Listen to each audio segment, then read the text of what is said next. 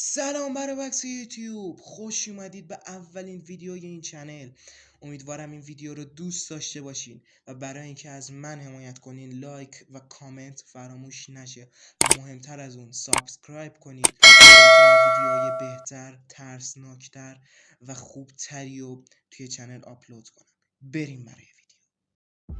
من سارا هستم، 28 ساله. داستانی که میخوام تعریف کنم اتفاقی واقعی بود که 3 سال پیش برام افتاد. اون موقع به تازگی از شوهرم جدا شده بودم و به خونه قدیمی توی یکی از محله‌های خلوت شمال تهران نقل مکان کرده بودم. یه خونه ویلایی بزرگ با سقف چوبی و اتاقهایی که بیشتر از اینکه گرم و صمیمی باشن حال و هوای غریبی داشتن.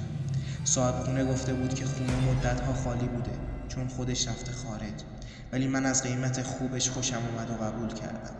شب اول همه چیز آروم بود، فقط صدای جیرجیر چوب‌های کف و صدای باد از بین درز پنجره‌ها طبیعی بود. اما شب دوم ساعت حدوداً 2 نصف شب بود که از خواب پریدم. دلیلش یه صدای خفیف بود، انگار یه چیزی افتاده باشه. دقیق‌تر گوش دادم، نه، صدا شبیه راه رفتن بود. خیلی آروم، خیلی سنگین، از طبقه بالا می اومد. ولی من تنها ساکن خونه بودم و طبقه بالا درهاش قفل بودن چون اصلا ازشون استفاده نمی کردم. با خودم گفتم شاید خیالاتی شدم، ولی وقتی چراغ رو روشن کردم و صدا بند نشد ترسیدم. رفتم پایین، چاقوی آشپزخونه رو برداشتم و با موبایلم نور انداختم سمت پله ها. صدایی نبود، ولی وقتی که پامو روی پله اول گذاشتم دوباره صدای راه رفتن اومد. این بار دقیقاً بالای سرم. قلبم داشت از سینه‌ام میزد بیرون. با تردید رفتم بالا. در اتاق بزرگ را که همیشه قفل بود دیدم نیمه باز شده. این غیر ممکن بود، کلیدش فقط دست من بود. در رو باز کردم. اتاق تاریک بود و سرد، خیلی سرد. یه سرمایی که حس می‌کردی از درون استخوان‌ها دارن یخ می‌زنن. گوشه اتاق یه صندلی قدیمی بود.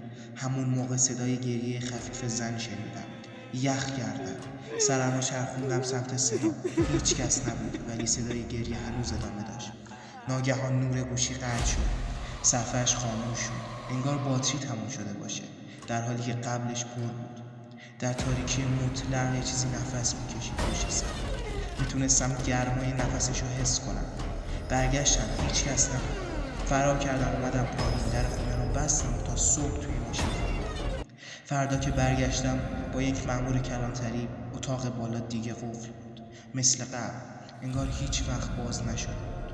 ولی روی صندلی یه تکه پارچه سیاه بود، شبیه تور عروس و زیرش یه عکس قدیمی، یه زن با چهره تار و سایه‌دار و پشت عکس نوشته شده بود اون هنوز اینجاست.